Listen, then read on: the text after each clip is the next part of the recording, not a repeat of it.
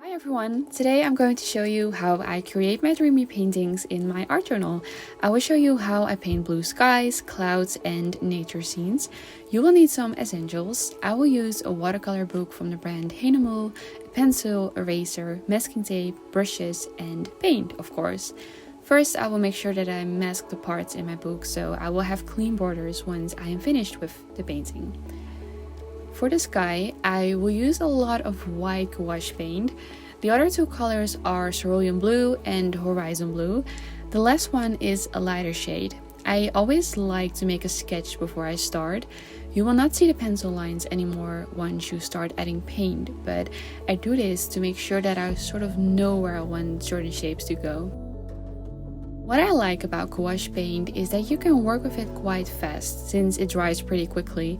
I usually blend it carefully and I add some water as well. This makes it easier to paint on the paper. And when I paint the blue sky, I like that you still see some lines of white because it gives the painting a realistic look. In general, if you want to start with painting, I have got the most important tips and tricks for you. I think it's important that you observe a lot. That doesn't necessarily mean that you notice everything about your surroundings. It's more important that you focus on the little things. So perhaps if you are going for a walk outside, you can look up at the buildings. You will probably notice something special about the roof or the upper windows that you have not seen before. I think painting is more or less about observing these details and trying to capture them in the best and honest way possible. It could also be sparkles in the ocean, and it also helps to notice where the light is coming from at all time. You can focus on where the light hits and where the shadows fall. I started with the clouds already. I've already shown you how I do this in a couple of videos, but here I use another technique because I am still experimenting and learning as well.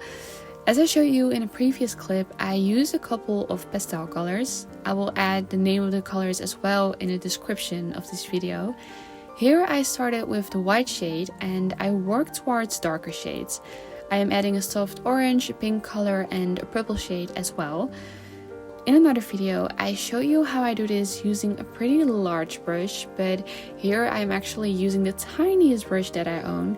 The reason for that is that it's a little more complicated to blend the cloud, and I like that you can still see some details. If you would like to paint clouds, I would recommend to try it out yourself to see what you like best. And if you would like to blend some colors, you can always add some water to the painting. My second tip would be to paint a lot. Just experiment with shapes, colors and drawings. Look up color schemes online to see which colors go well together and basically never stop learning.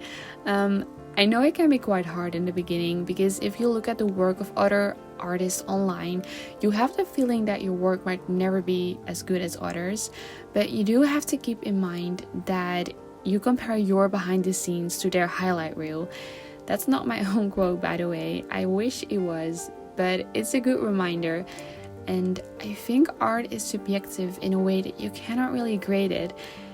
If it's your honest work, it's a raw version of yourself that you show the world, and you should feel proud of making it and putting it out there, whether that means that you put it on your bed frame or you share it with your friends. It's already appreciated because you made it, and that is enough. As you might notice here, I like to use this layering technique in which I paint different shades and colors on top of each other and I blend them softly. Whenever I paint something for art journal entry, I usually like to keep the pages clean. One way to do this is to use the same colors for each painting. In this way, the paintings will complement each other. This doesn't have to be boring at all, considering the fact that you can make endless variations with the same colors. Whenever I am painting grass or trees, I use a deep green shade that I blend with yellow to get the color that I want. I start with adding the shapes in the back and I work towards the front because you will need more details here. One thing that always works with layering is adding a dark shade first, and on top of that, you will add a couple of lighter shades. With a thin brush, I add blades of grass. I also add a reflection of the clouds in the water. You can do this easily by bringing the pastel colors back. I also add a couple of white dots. For the next painting, I will repeat the same technique that I talked about before in this video.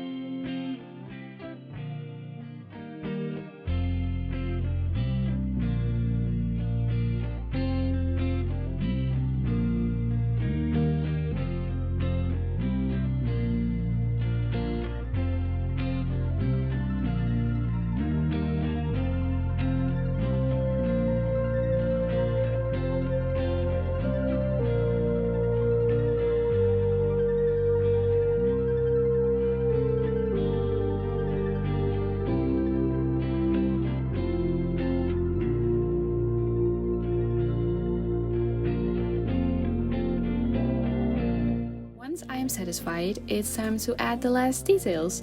I kept the last painting pretty simple, but the moon illustration makes it a little more special. Once I am finished, I remove the tape. This works best once the paint is still wet, but if you work on paintings for a longer period of time, that might not be possible. I often write down a quote or a lyric on the pages.